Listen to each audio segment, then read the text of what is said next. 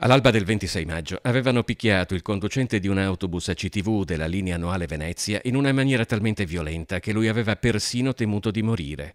Era stata un'aggressione brutale nella quale il malcapitato autista aveva riportato lesioni giudicate guaribili in 8 giorni e una grandissima paura.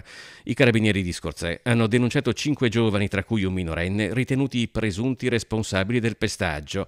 Grazie alle testimonianze raccolte da chi era presente e da un'attenta analisi delle riprese video realizzate da alcuni passeggeri. Il quintetto è stato denunciato alla Procura della Repubblica Lagunare presso il Tribunale per i minorenni di Venezia, in quanto gravemente indiziato di lesioni personali, danneggiamento aggravato, violenza a pubblico ufficiale e interruzione di pubblico servizio.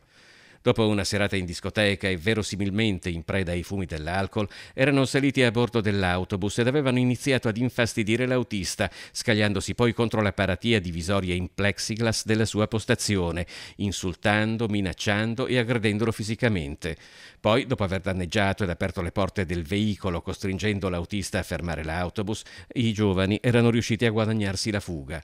Poco dopo l'aggressione, la vittima aveva raccontato quella terribile esperienza ai nostri microfoni. Ho avuto paura che dopo i pugni tirassero fuori un'arma da taglio e mi colpissero con quella.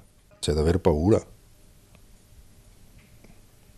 Cioè andare a lavorare con la paura di venire aggrediti così, meglio fare un altro lavoro.